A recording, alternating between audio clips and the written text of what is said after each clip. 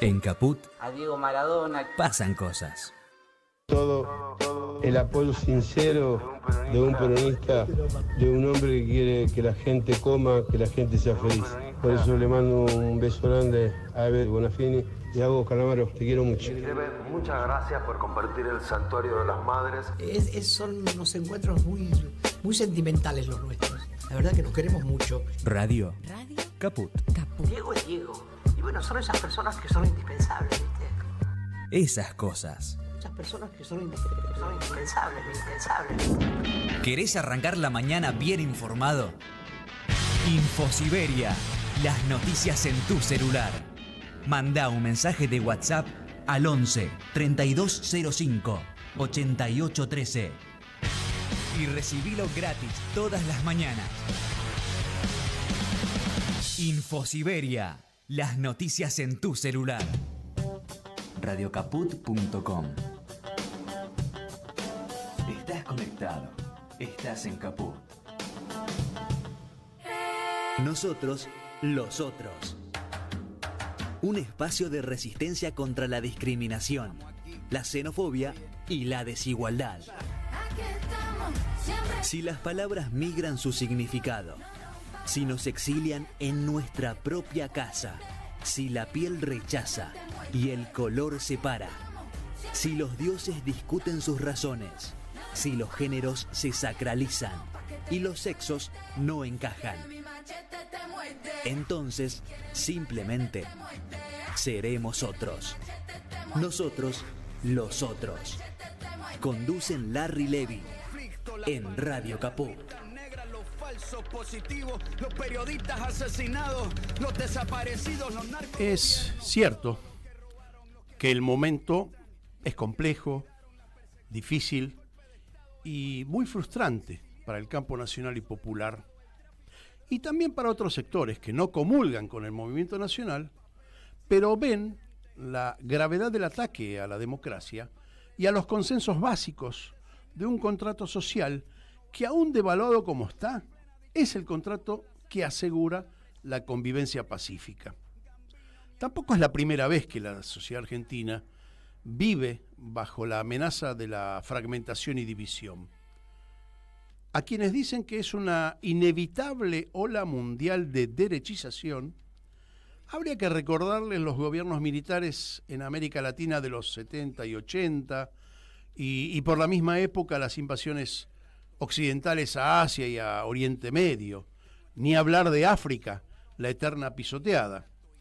Podríamos decir que, para actualizar el debate, que el poder del imperio hoy está concesionado a los fondos de inversión habilitados con patente de corso. Como periodista, no sé cuáles son los tiempos y las prácticas políticas necesarias para superar los embates de una realidad hostil como la que vivimos. La clave, creo, está en preguntar, consultar y repreguntar, porque saber, conocer y difundir es un modo de resistencia. También es bueno admitir que somos responsables de la crisis de representatividad de la política y de los políticos, de los consensos que se firman como cheque en blanco, y también responsables de la cancelación de nuestros compañeros por apenas diferir en la adjetivación de la realidad. Tampoco creo que admitir nuestros errores sea un punto en contra. Es una virtud política, táctica y estratégica reconocer que existe en nosotros la convicción de que nuestro camino es producto de una voluntad solidaria y de una decisión horizontal y democrática.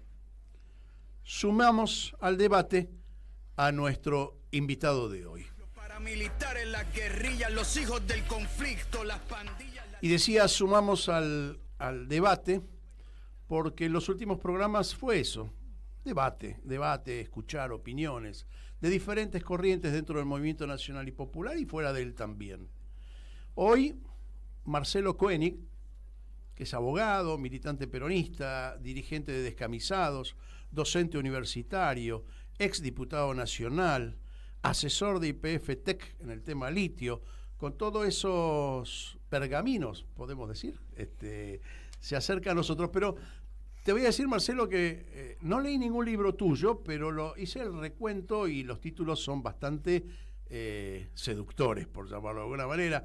Voy a dar algunos ejemplos. Una constitución para todos, como si las constituciones no fueran para todos. También para los que quedan afuera es la constitución, ¿no? Cuando pasa esas cosas. Democracia plebeya también es una descripción maravillosa de las circunstancias de la democracia moderna. Independencia, el hecho maldito del país colonial, parafraseando, ¿no?, al famoso título. Vencedores, vencidos, peronismo y antiperonismo. Combatiendo el capital, se robaron todo. Y seocracia, ese lo hiciste con Tailades, ¿no?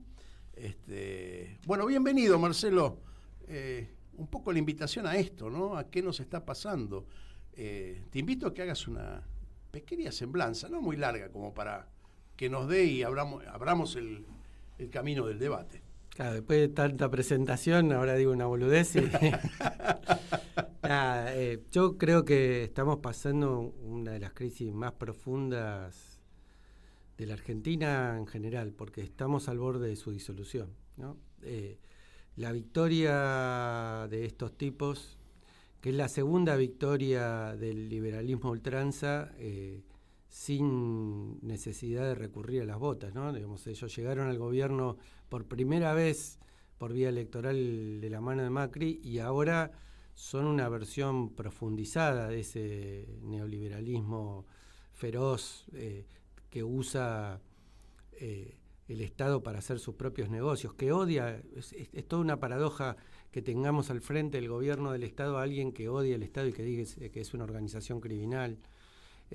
Me parece que estamos frente a una de las encrucijadas de la Argentina, que la única manera de salir, como siempre salió la Argentina de estas encrucijadas, es teniendo fe en el pueblo y en la movilización de ese pueblo y en la capacidad de ese pueblo de no vivir de rodillas. Marcelo, déjame que disienta contigo un poquito, como Dale, para despertar un poquito de chispa en la conversación. Digo, decís neoliberalismo. Yo no sé si veo neoliberalismo, lo que veo es un régimen conservador. ¿Por qué? Porque libera las fuerzas de la economía, o el poder económico, y pone un pie en la cabeza del trabajador, ¿no?, del trabajo en sí mismo. Y eso es nada más que una cuestión esclavista propia de los conservadores.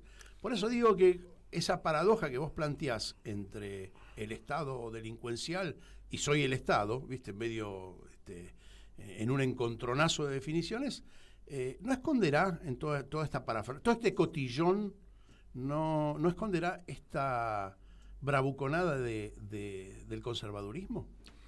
En todas partes del mundo se distingue claramente entre conservadurismo y liberalismo. En la Argentina es mucho más difícil, ¿no? ¿Quién es el ejemplo del conservadurismo en la Argentina? Roca, ¿no? Digamos, si hay algo que reivindica, y esto quizás es una de las cosas más interesantes de este gobierno, que volvió a traer la historia, con una versión absolutamente contraria a la mirada histórica que podemos tener aquellos que venimos del campo popular y en particular del peronismo. Pero, digamos, hace una reivindicación de la historia y determinó. Y este gobierno reivindica, como lo hizo en el discurso del 2 de abril, a Roca. Roca es, en cualquier parte del mundo, sería considerado un liberal, no un conservador, porque es el que hizo la división entre Iglesia y Estado. Es el liberal a la americana, digamos, ¿no? En términos de... Por eso, hay un liberalismo a la europea, a la norteamericana, que es una especie de progresismo. Pero lo que pasa es que el liberalismo y cualquier tipo de ideas puestas en otro contexto generan resultados distintos, ¿no? Digamos, yo creo que acá ese conservadorismo que manejó los resortes de la Argentina durante mucho tiempo era profundamente liberal, porque fundamentalmente lo que era colonial, ¿no? Y me parece que en esto sí uno le puede poner el mote de neoliberal a este personaje, al inquilino de la Casa Rosada, porque me parece que si uno mira cuál es el sector social hegemónico en este gobierno, que es el capital financiero, igual que lo fue a lo largo del gobierno de Macri, ¿no? Había algunos que discutían que no, que en realidad era un gobierno de la oligarquía terrateniente, que Macri era Blanco Venegas y no solamente Macri, pero lo cierto es que al final los que manejaron la economía argentina haciendo negocios con eso fueron los capitales financieros, los caputos, que claro, se repiten en uno y en otro lado. Entonces, yo entiendo que uno puede diferenciar, incluso hasta con todo, digamos, el dolor del alma, hasta lo podría decir, Macri al lado de este tipo haciendo política, parece un estadista, con todo lo limitado que es Macri, que como decía Maradona, no sabía ni leer, pero la verdad que este tipo es juega los autitos chocadores y tiene una mediocridad y una improvisación para hacer las cosas que da miedo. Totalmente. ¿Qué nos pasó, digamos, al campo nacional y popular? Yo digo que hablábamos recién con Martín, el operador, Martín Loza, sobre la crisis de representatividad de la política y de los políticos, la crisis de la democracia en sí mismo. O sea, ¿quién cree en la democracia? Por lo menos en esta democracia que tenemos, ¿qué nos pasó?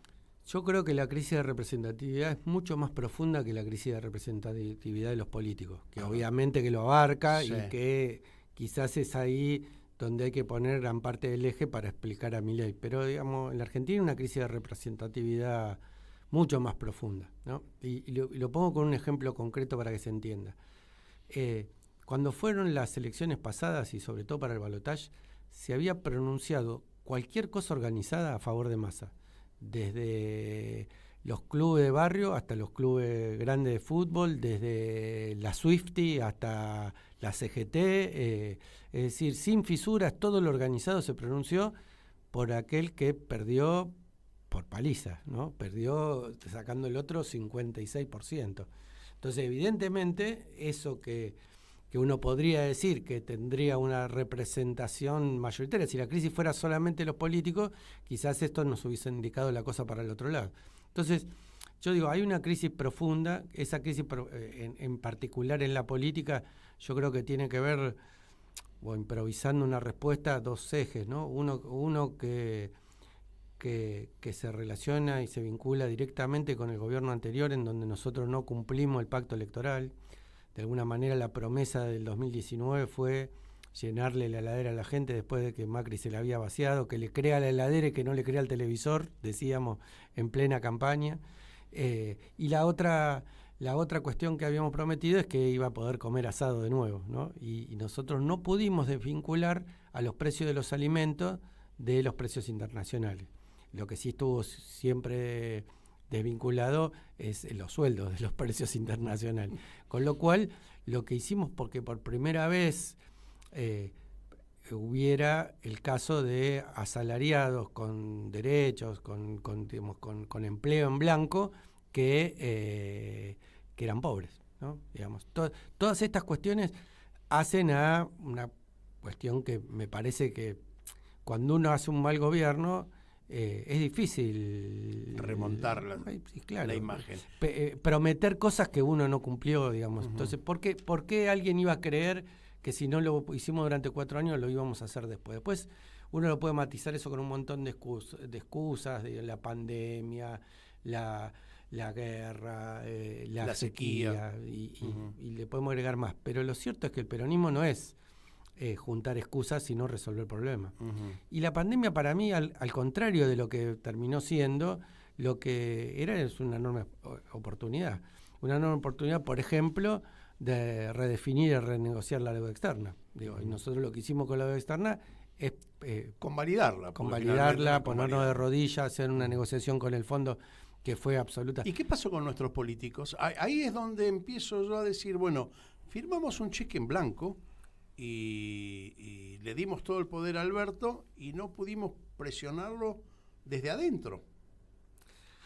Sí. Hablamos antes de entrar al estudio del caso Vicentín por otras razones, y ahí tenemos un primer mojón en las cosas que no se pudieron resolver, que no se llegaron a resolver. Sí, Vicentín es un punto de inflexión para mí, ¿no? Que que nos dio la tónica de lo que iba a ser el gobierno de Alberto, ¿no? Un gobierno timorato que pensaba que podía resolver los conflictos sin mojarse. Pero como decía el general Perón, no se puede hacer tortilla sin romper huevo.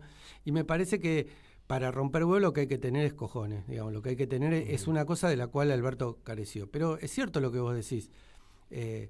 Desde lo que transformamos a ese intento de discutir las políticas de Alberto en, como dice Saborido en uno de sus cuentos, un puterío a cielo abierto.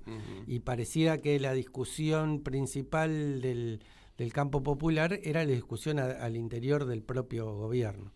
Y a mí me parece que esto que decía Cristina, que había funcionarios que no funcionan, es verdaderamente así, pero no solamente los funcionarios que no funcionaban, eran funcionarios amigos de Alberto, ¿no? Digamos, en esto me parece que era más amplio.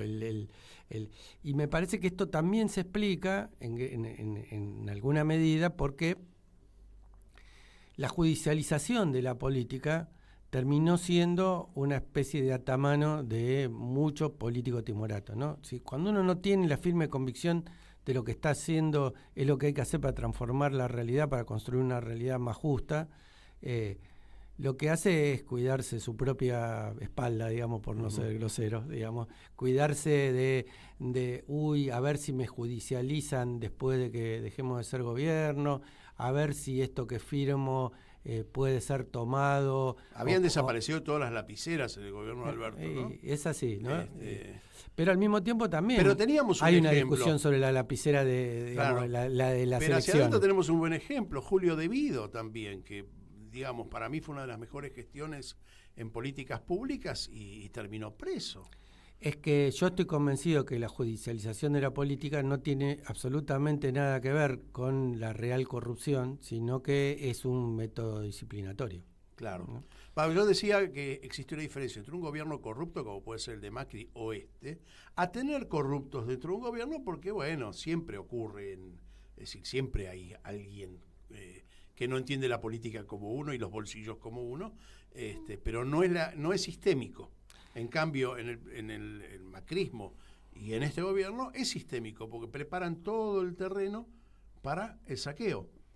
Mirá, uno de los libros esos que vos mencionaste al principio, en realidad los últimos dos que escribí, son investigaciones periodísticas de cómo es que Macri se había enriquecido a costa de ese Estado que decía odiar, ¿no? Porque si hay algo que tiene la derecha es que odia al Estado salvo cuando le sirva de protección para sus propios negocios. Él, su rol como empresario principal lo tuvo no solamente administrando la herencia de su padre y las empresas de su padre, que muchas de esas crecieron durante la época de la dictadura militar, pasó de 6 a 40 y pico de empresas. 47. Durante la época del autodenominado proceso de reorganización nacional, que fue una desorganización muy profunda, y además que terminó, es una de las empresas que Cavallo le nacionaliza la deuda, ¿no? Hace que el Estado pague la deuda privada de las empresas. Pero bueno, sacando eso, él digamos, su especificidad como empresario fue las autopistas del Sol. Y las autopistas del Sol fueron un curro. Eso que escribiste con Tailade, ¿no?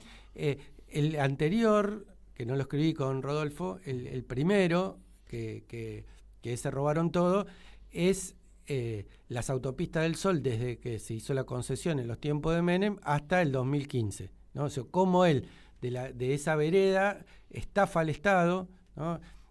Para tirar una cifra que sea relevante, ¿no? Digamos, el costo que ellos mismos declaran de construcción de la autopista fue de 280 millones de dólares.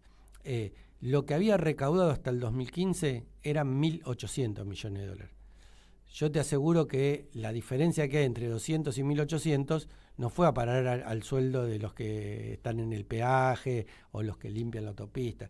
Encontró un montón de mecanismos para estafar al Estado y demandar siempre aumento de tarifas y al mismo tiempo una prórroga de la... Y el último libro, que sí lo escribí con Rodolfo, es sobre qué hizo Macri desde el gobierno para hacer sus propios negocios, ¿no? Porque es cierto lo que vos decís. Cuando un empresario llega al gobierno del Estado, lo que quiere hacer es hacer negocio de los dos lados del mostrador. Esto fue lo que hizo Macri con las autopistas, que se prorrogó, que dijo que había salido de esas autopistas, ¿no? Y muchos creían, y de hecho una gran parte del periodismo que se supone de investigación decía que el gran problema es que habían aumentado el 400% las acciones y que él había vendido a un 400% más, negocio menor, claramente, ¿no? Digamos, sino que yo estoy convencido de que se la vendió un testaferro, ¿no? Pero no te quepa ninguna duda. Quien compró esas acciones, que es una empresa que se llama Natal, que era una empresa que facturaba anualmente alrededor de $2 millones y trajo con el blanqueo del propio Macri, ¿no? Trajo más de 40 para pagar la parte, y además se la financió Macri, un rapto de generosidad. Siempre son generosos, por ejemplo, también con la que fue gobernadora de la provincia de Buenos Aires, ¿no? Que alguien le financió. Le regaló un departamento. Sí, $200.000 le prestó y le hipotecó, no sé si. Bueno, eso es cuando yo digo que es sistémico, ¿no? Porque si se prepara para eso. ¿Qué pasa con nuestra propia corrupción? ¿Fuimos taxativos con la condena a nuestra propia corrupción?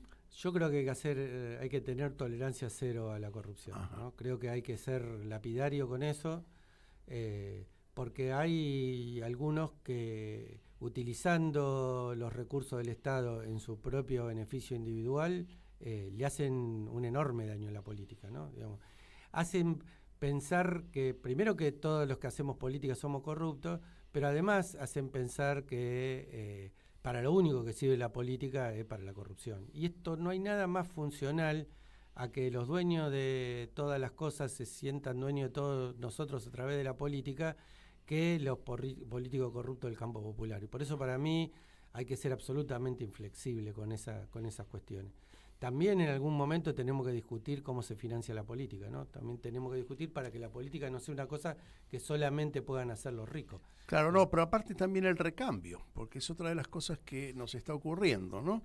Yo termino el mandato acá y siempre tengo un puesto en algún directorio. Esas cosas hay que tratarlas con mucho cuidado porque hay gente muy capaz, ¿no? Es decir, no podemos condenar toda posibilidad de seguir ejerciendo un cargo público. Hay gente muy capaz que merece y es, digamos, sumamente hábil y beneficioso para el Estado, que siga, aunque sea en otro puesto, pero hay que tener cierto cuidado, y me parece que la juventud está viendo que no puede acceder a la política porque hay alguien anterior. ¿Sí? Yo no sé si están así. Yo realmente no creo que el problema sea la periodicidad. Y voy a poner dos ejemplos, ¿no? Digamos, para un lado y para el otro.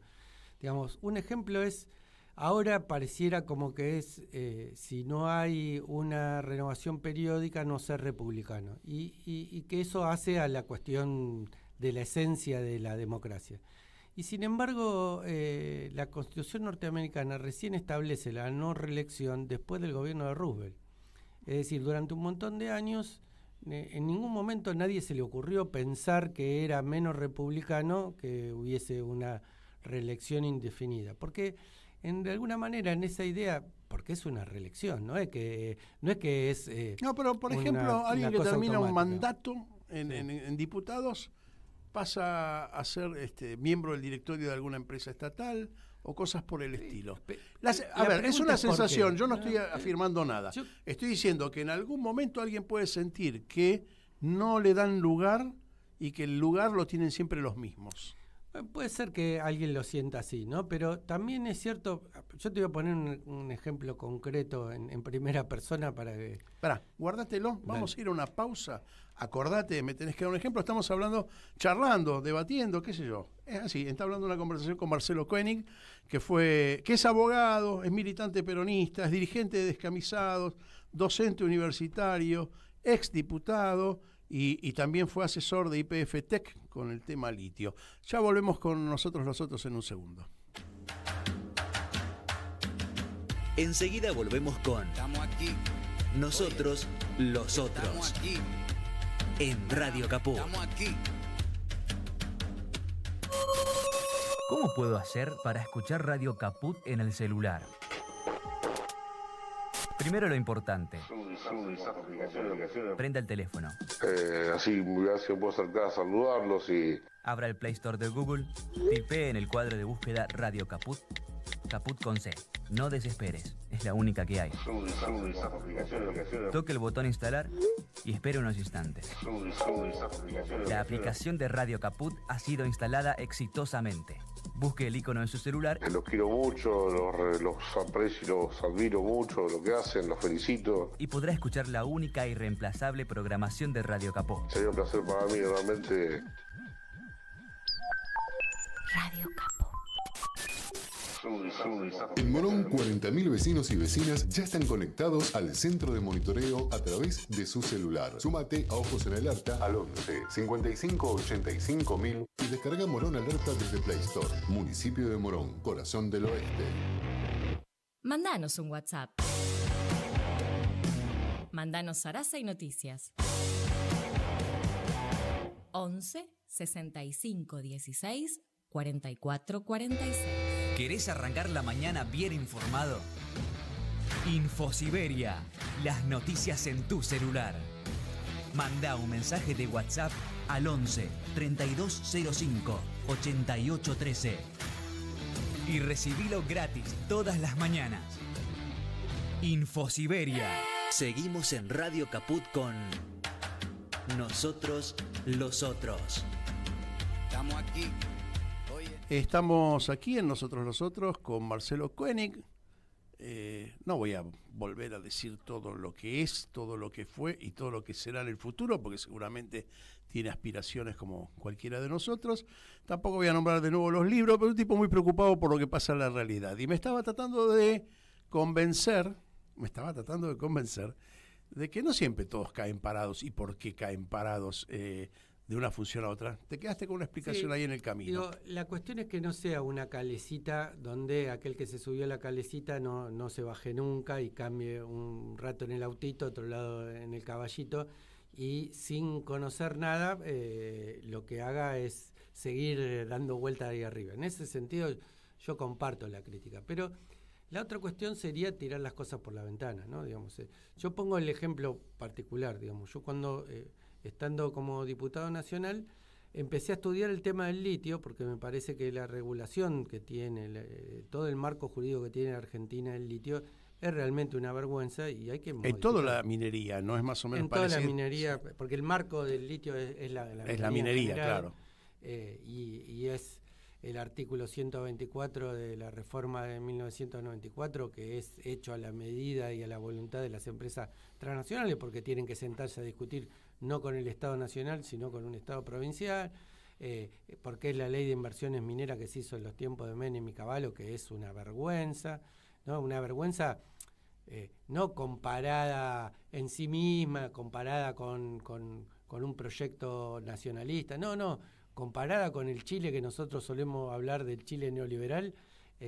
Chile llega a cobrar de regalías hasta el 41%. Y nosotros no más del 3%. Y nosotros tenemos como tope el 3%. Sí. Es decir, hay un 38% de diferencia que las empresas la usan para hacer política, para comprar voluntades, para decirlo sin eufemismo, ¿no? Entonces, yo me puse a estudiar todas esas cosas y estuve bueno, ¿cómo construimos en el ejemplo del litio un ejemplo del país que queremos, ¿no? Un ejemplo de un país que agrega valor, un ejemplo de país que crea trabajo, ¿no? Porque una cosa es exportar una tonelada de litio o de carbonato de litio en bruto, otra es exportar una tonelada de celdas, otra mucho más cara es exportar una tonelada de batería, ni hablar si exportamos electromovilidad, ¿no? Un camión eléctrico, una tonelada de ese camión eléctrico sale muchísimo más que el carbonato de litio. Entonces,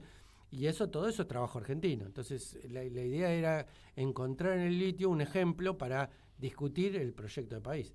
Y entonces, cuando yo salí de ser diputado, podría haber dicho, bueno, como ya estuve arriba del caballito, ahora me tengo que ir abajo a esperar, a mirar como los otros. Volver al llano, como suele decirse burdamente. Yo siento que estuve siempre en el llano, que nunca estuve en otra cosa que no fuera la llanura. Pero digamos, me salió la posibilidad de ir a trabajar en ITEC y de trabajar en la cuestión del litio, que es la que había estudiado, y lo que hice fue aprovechar toda la experiencia que yo adquirí en ese estudiar y para presentar proyectos en el ámbito legislativo para hacerlo, tratar de desplegarlo en la realidad, en el campo. Y creo que en algunas cosas fue buena esa experiencia también, ¿no? Uh-huh. Digo, yo lo pongo esto en primera persona para la idea. Es cierto que hay algunos que parecen que están siempre, ¿no? Y quizás eso aburre y moleste, pero yo creo que una de las cosas que también, volviendo a la pregunta inicial, que hay como un agotamiento de ciertas cosas, ¿no? Digo, me parece que ese agotamiento también es un agotamiento de ver siempre las mismas caras. Uh-huh. Pero no es nada más que una renovación generacional, ¿no? No. Yo a veces no creo en esa. La renovación generacional no existe, es decir, existe el intercambio de experiencia en última instancia. No creo ni la virtuosidad de ser joven o la decrepitud de ser viejo, ¿no? Es la única virtud que se pasa con el tiempo. Sí, exactamente. ¿Cómo ves el rearme, digamos, estructural del campo nacional y popular? ¿Qué es lo que deberíamos ahora empezar? No quiero una respuesta. En general terminamos el programa siempre con más preguntas que respuestas, y eso me parece que es lo mejor que tenemos en este espacio de una hora semanal. Pero digo, ¿cuáles son las cosas que vos ves que deberíamos desarrollar en el corto plazo? Porque la gente se va a morir de hambre, se está muriendo de hambre. El corto plazo es algo, digamos, que está acá a la vuelta. Mira, yo no creo, nosotros hoy no tenemos los resortes del Estado para tomar medidas, ¿no? Esto está muy claro. Entonces lo que tenemos que recomponer es el campo popular. Y el campo popular se recompone, para mí, de una sola manera. Abandonando la lógica de la comparación, la lógica meramente electoralista, y presentando resistencia frente a esto, ¿no? Yo creo que ganar la calle es una de ellas. Y sin duda, ¿no? Lo que pasó ayer fue gravísimo, ¿no? A gente que estaba pidiendo porque vuelvan a dar alimento para los comedores. No estamos hablando acá de una cosa estrambótica o ni siquiera se peleaba por planes. La marcha de ayer tuvo que ver con la cuestión de los comedores. Y vino una represión brutal. ¿Qué hacemos frente a eso? Nosotros naturalizamos el hecho de la represión, salimos a llorar y a decir nos están matando, nos metemos dentro de casa. Marcelo, todas estas cuestiones, a mí me parece... Hay algunas personas a las cuales les asusta la gente en la calle. Yo creo que no hay solución. Bueno, la derecha siempre se asusta con la gente en la calle. Cuando es demasiada gente, tienen cierto cuidado. Cuando específicamente son pobres y tienen que ver con las cuestiones sociales, ahí va y reprime. Pero no veo del lado de diputados, senadores, dirigentes, no los veo en la calle. Y a mí me preocupa. Como no veo a la CGT, la veo debatiéndose. ¿No llegó la hora de que empecemos a tener un poquito más de movimiento? Yo tengo un matiz con eso. Yo la vi a la CGT, ¿no? Sí. Digamos, claro, a uno le parece que hay que hacer todo rápido, pero todas esas cosas tienen sus tiempos de decisión, y la verdad es que hacer una movilización a un mes y monedas de la asunción de un gobierno que subió con el 56% no es una cosa menor. Después vi la movilización de las mujeres. Uno podría decir, bueno, las mujeres se movilizaron solamente el 8 de marzo, ¿por qué no se movilizan de nuevo? Pero han logrado cosas muy importantes las mujeres. Y la otra es la de los organismos de derechos humanos, que también tienen sus procesos, que no podrían hacer su movilización todas las semanas o todos los meses. Pero fue una movilización del 24 de marzo también absolutamente contundente. Yo lo que creo es que esto va a cambiar cuando esa movilización no sea...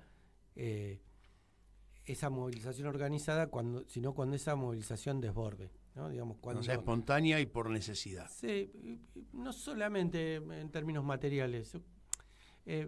Una de las cosas que planteo tomando en el libro ese Democracia Plebeya es tomando el concepto de masas y como el tema de la movilización de los cuerpos y las conciencias construyendo su propio destino y su transformación en pueblo, que es cuando se incorpora una doctrina, es decir, cuando se incorpora un proyecto transformador a nivel nacional, es que lo primero que se moviliza, lo que primero que moviliza es la indignación. Pero la indignación no solamente tiene que ver con la necesidad, sino cuando uno cree que pasó el umbral de la dignidad, cuando uno cree que esa dignidad o se moviliza o la pierde, ¿no? A criterio, y de acuerdo a lo que estás diciendo, entonces tenemos para un ratito largo para ver no sé si ese tan largo, desborde. ¿no? Charlando con Martín Loza, que como dije es nuestro operador, también decía que los pibes no creen en nada, y ni aún en aquellas cosas que tienen cierta solidez política, un enunciado, no creen, directamente no creen. Martín me decía, dice, yo vivo en un barrio de la periferia de Buenos Aires y ya no creen en nada. A ver, probablemente sea una exageración, pero es un pequeño termómetro de que los pibes de 15, 20... Pero eso no, para mí no es un diagnóstico, es una fotografía. Y la realidad es como una la película política. Es más larga. Y, a ver, si alguien le hubiesen preguntado qué sé yo, en el año 2000 o en el año 2001, ¿en qué creen los pibes? Hubieran dicho en nada. Hubieran dicho, no, es imposible que haya una movilización que saque un gobierno. Es imposible que hubiera asambleas cruzando toda la capital federal. Es imposible que esas pequeñas comisiones de trabajadores desocupados se transformen en movilizaciones de masa. Digo, si uno saca una fotografía, tiene una mirada sesgada, tiene un cuadradito nada más. Sí, faltan los demás fotogramas para formar el movimiento. Falta la dinámica, y la política tiene que ver con eso, ¿no? Yo creo que este gobierno y su capacidad de hacer política, este gobierno y su crueldad, este gobierno y su maltrato hacia todos los débiles, en este programa que es nosotros los otros, este desprecio que tiene hacia el otro, este gobierno brutal, digo, tarde o temprano va a generar su impacto, digamos. Uno puede decir la clase media o los jóvenes o cualquier título, es inconmovible hasta que llega la boleta de luz. Trato de entenderte, Marcelo, y trato de volver a un razonamiento que a veces tengo, porque uno pivotea entre el ser optimista y el pesimismo de la actualidad, y digo, bueno, el conflicto, la puja no cambió, siguen siendo una cuestión de clase. Y acá entra el peronismo en esta discusión, que me parece brillante, porque en los últimos tiempos también la izquierda racional, no la trosca, entró dentro de la lógica del movimiento nacional y popular y tiene su deriva hacia el apoyo hacia el movimiento nacional y popular, al peronismo, más allá de las figuritas que se puedan hacer en el medio. Y me parece entonces que podemos concluir que sigue siendo capital y trabajo un conflicto irresuelto. Yo creo que sí, que es claramente así. No es el único. A menos no que, es el único. a menos que sea Moreno que sea Moreno el que te conteste. Sí, Moreno se parará del capital, ¿no? Yo claro, creo que a veces Moreno, que saca patente de peronómetro, defiende el capital en vez de combatirlo para conquistar la gran masa del pueblo. Pero bueno, más allá de eso, yo que soy peronista creo que el problema siempre es político, ¿no? Creo que el problema, que hay un conflicto ahí, que hay un conflicto en lo nacional. No puede ser que no haya gente, que probablemente muchos ni se enteraron, pero las resoluciones de instalar una base que sea la que haga el polo logístico hacia la Antártida es una entrega absoluta de nuestra soberanía. Seguramente eso interpela a mucha gente, ¿no? Mucha gente de derecha inclusive. Claro, mucha gente de derecha. Por lo pronto a muchos de los patagónicos que siempre tuvieron la cuestión de Malvinas no como una cuestión lejana, sino como una cuestión cercana. Y si nosotros tomamos que la gran base militar de la OTAN está hoy en las Malvinas, ¿no? Y que le vamos a armar otra base militar de cara y expresamente para que los norteamericanos proyecten su geopolítica hacia la Antártida, evidentemente acá hay una cuestión nacional que también va a interpelar a mucha gente. ¿Por dónde se va a cortar todo eso? Y yo no sé por dónde se va a cortar. Pero yo digo, estamos construyendo la tormenta perfecta.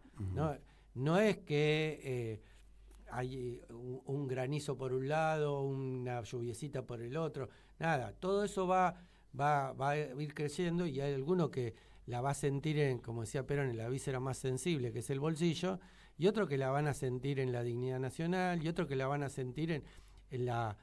Por ejemplo, este gobierno está atentando fuertemente contra la educación pública en la Argentina. Y yo creo que la marcha del 23, convocada por todas las universidades, por todos los rectores, contundente, por sin todos ninguna los duda. Estudiantes, por todas las organizaciones de trabajadores. Bueno, ahora te hago una pregunta. Docentes. Con todo esto que estás pintando, que me parece lógico, me parece razonable, ¿cómo el movimiento nacional y popular puede capitalizar todo ese descontento? También la podemos pifiar. Es decir, tenemos que ser muy cuidadosos en cómo, porque ya hicimos algunas cosas que no nos gustaron, hay mucha resistencia, hay que vencerla por la lógica de la solidaridad, no hay otra lógica posible de vencer, pero bueno, hay que remontar situaciones como la de perder una elección, contra quién perdimos la elección y contra todos estos descalabros que está haciendo, ¿no? Como recuperar todo ese campo que se va a perder, que se está perdiendo.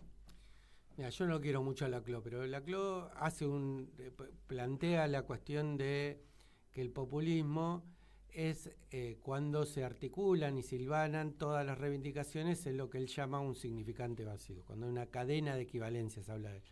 Digo, ¿cómo se construye esa cadena de equivalencia? Es a través de la política, no a través de otra cosa. Pero cuando digo la política, y acá yo creo que es el gran error de hoy del movimiento nacional, no es pensar las cosas solamente en términos electoralistas. Pareciera como que la única matriz, como el que la única manera de juntar todas esas reivindicaciones, esas peleas, sea encontrarnos en una unidad electoral.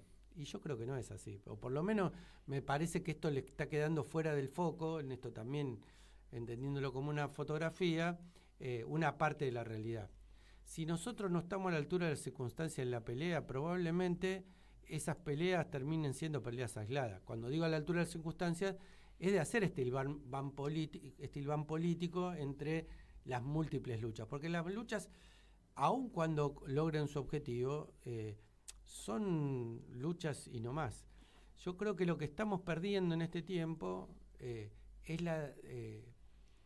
algo que es necesario para construir ese lugar común en donde se sientan identificadas todas las luchas, que es un proyecto estratégico, ¿no? La política en el último tiempo ha terminado siendo una disputa de figuritas. Y yo entiendo que las figuritas no son menos importantes, ¿no? El peronismo siempre se encarnó en personas concretas y de hecho nos llamamos peronismo, no nos llamamos... Justicialismo ya se dejó de usar prácticamente. Exactamente. Digo, ahora, yo creo que si nosotros no somos capaces de plantear un proyecto estratégico para esta etapa histórica de la Argentina, difícilmente podamos volver a tener la legitimidad de lo que para mí es el centro de la política, que es un gran diálogo con porciones cada vez mayores de pueblo. En los últimos programas traje a colación, me hubiese gustado cerrar con esto que estamos hablando, pero me olvidé, y tenemos todavía unos minutos como para meterte así por abajo de la mesa, un tema que me parece que nos dejó o nos deja todavía en el aire. Es algo que voy a insistir con todos los que yo invite, porque me parece que hasta ahora no pude recibir una respuesta contundente. Hablaste de la economía, hablaste de inflación, hablaste del punto de inflexión que fue Vicentín, ¿sí?, que tenía que ver con la economía. Era evidente que con una inflación como la que teníamos y manejando la economía, manejando la campaña por quien manejaba la economía, y con inflación era difícil también remontar y ganar. Hay otro tema que me parece crucial, lo hemos hablado acá con algún sociólogo, puntualmente con Daniel Feinstein, el tema de la seguridad.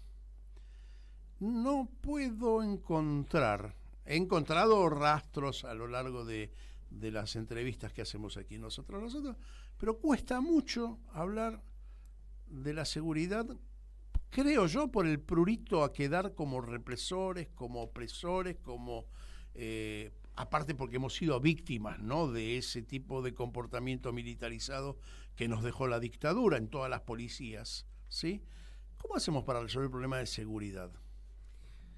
Yo la verdad que no me siento en condiciones de darte una respuesta. Lo que sí me parece que hay que abordarlo como problema, ¿no? Digamos, y a esto me parece fantástico que me respondas de ese modo, y te sumo una cosa más al conflicto. El narcotráfico, que en este momento no es menor. Tenemos ahí en Rosario una situación difícil que no es solamente de Rosario, sino que se va a expandir, y lo sabemos todos que con la pobreza eso se expande. Es cierto, ¿cómo hacemos, no? Es decir, ¿cómo discutimos este tema? Es difícil, lo que hay que abordarlo es sin prejuicios, ¿no? Digamos, porque en esta cuestión de la multitud y la idea de que esas masas se expresan en una reivindicación que hay que abordar porque la ola nos lleva a abordar, también puede haber multitudes de odio. Y yo me acuerdo respecto de la cuestión de la seguridad del falso ingeniero Bloomberg, que vino a instalar, a partir de su condición de víctima y a partir de sintonizar con el reclamo de las víctimas, la idea de que la solución del problema de la seguridad era el endurecimiento de las penas, el punitivismo. Sí, ¿no? sí, el punitivismo, eso es la más fácil. Cosa que en un gobierno peronista le acogieron eso y se hizo, fue una victoria de ese sector. Después perdió legitimidad porque había conseguido sus objetivos. Bueno, ahora quieren bajar la edad de imputabilidad en otro intento de figurita, lo mismo. Yo creo que eso no resuelve nada, ¿no? Que es como tratar de hacerla fácil. En esto veo la cuestión electoralista. Si las encuestas cualitativas dicen que la seguridad es un problema y las encuestas dicen que la manera de resolver la seguridad es que los pibes vayan presos, entonces bajemos la edad de imputabilidad.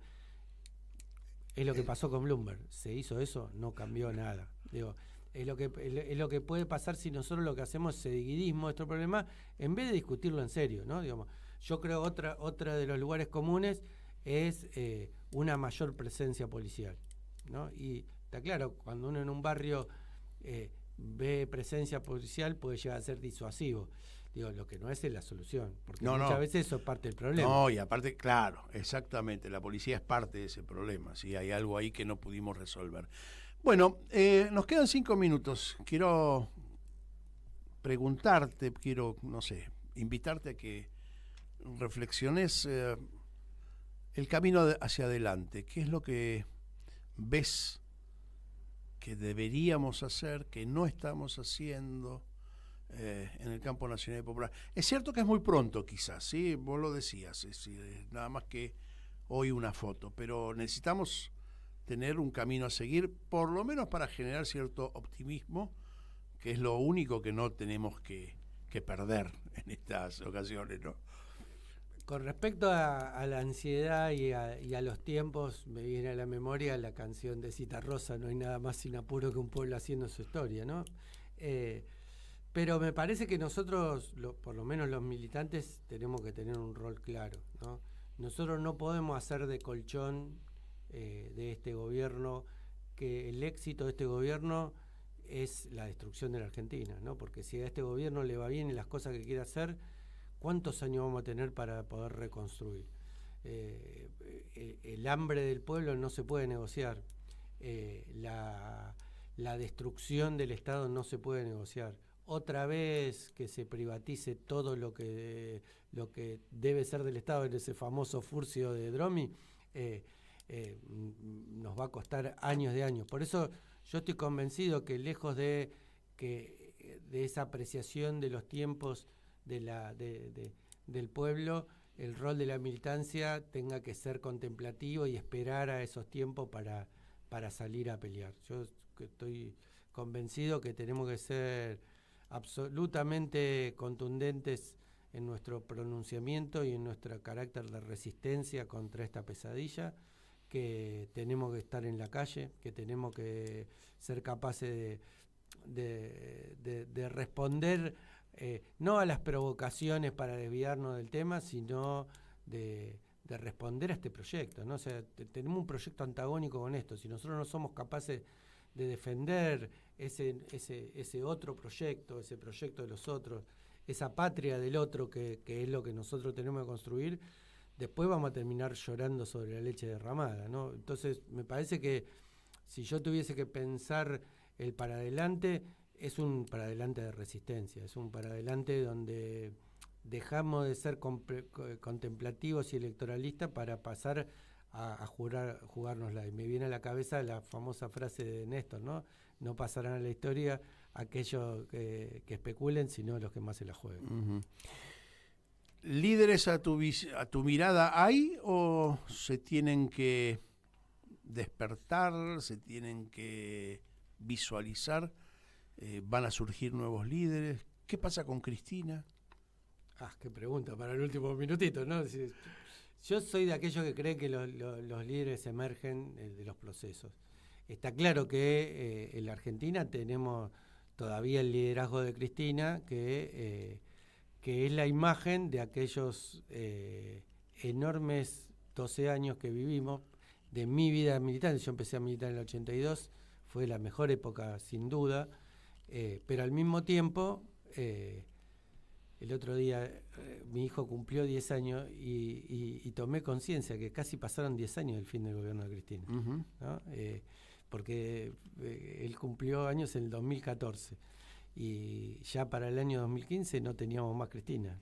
Entonces, si nosotros solamente nos la pasamos llorando aquel tiempo y somos una especie de guardia de la historia, de la nostálgicos de aquel momento, no estamos mirando de cara al futuro. Entonces yo creo que ahí hay una cosa que tendremos que resolver, y ahí sí creo que va a haber necesariamente, porque es decisión de ella, ¿no? Vaya a saber cómo influyó en esa decisión también el tema de que hayan atentado contra su vida, que le hayan disparado de 15 centímetros y la bala no salió, pero sin duda que eso tiene consecuencias. Pero todas esas cosas que yo me las pregunto, no tengo respuestas de eso ni de muchas otras cosas, pero me parece que tiene que haber un trasvasamiento generacional y tiene que haber algunos que agarren un poco la manija. Y yo creo que uno de los que realmente hoy por hoy y confrontado en la cuestión de las elecciones, demostrando en la gestión, porque Axel pudo ganar la provincia de Buenos Aires cómodamente en un marco donde se perdió todo, es sin duda Axel Kicillof, ¿no? Marcelo Koenig, muchas gracias por haber estado aquí en Nosotros los Otros, y es bueno porque nos vamos con muchas preguntas, también con algunas respuestas interesantes, pero dejaste abierto el debate, es decir, nada lo cerraste taxativamente, por lo cual hay lugar todavía para charlar mucho más. Por eso siempre digo que, bueno, de acá a unos meses, por ahí volvés, por ahí agregamos un interlocutor a una charla que me parece que es la tarea del periodismo. Hoy es esto, ¿no? Es decir, una forma de resistencia es que podamos escuchar todas las voces dentro del campo nacional y popular y tratar de confrontar y no cancelar, que eso es lo más importante, me parece, en el campo nacional. Gracias por haber estado aquí en Radio Caput con nosotros. Gracias, Martín Loza. En los controles nos encontramos en una semana a la misma hora aquí, en la señal de Radio Caput. Mi machete te muerde, aquí estamos, siempre estamos, no nos fuimos, no nos vamos, aquí estamos pa' que te recuerde, si quieres mi machete te muerde. Hasta aquí, nosotros los otros de hoy. Estar en la guerrilla, los hijos del conflicto, las pandillas, las listas negras, los falsos positivos, los periodistas asesinados, los desaparecidos, los narcos. En Caput pasan cosas. Yo no quiero llamar periodistas a los sirvientes. No quiero llamar periodistas a los que cobran para destruirnos. Estos que se dicen periodistas y que dicen la verdad pero a medias, hay que ponerles otro nombre. Yo hablo de los verdaderos periodistas. Hay cantidad de radios como esta que se juegan, que les cuesta, que es un esfuerzo enorme, pero que siguen estando en el aire. Me parece que eso es lo que hay que reivindicar. Radio Caput. Yo hablo de los verdaderos periodistas. Esas cosas. Manda un mensaje de WhatsApp al 11 3205 8813. Infosiberia. Las noticias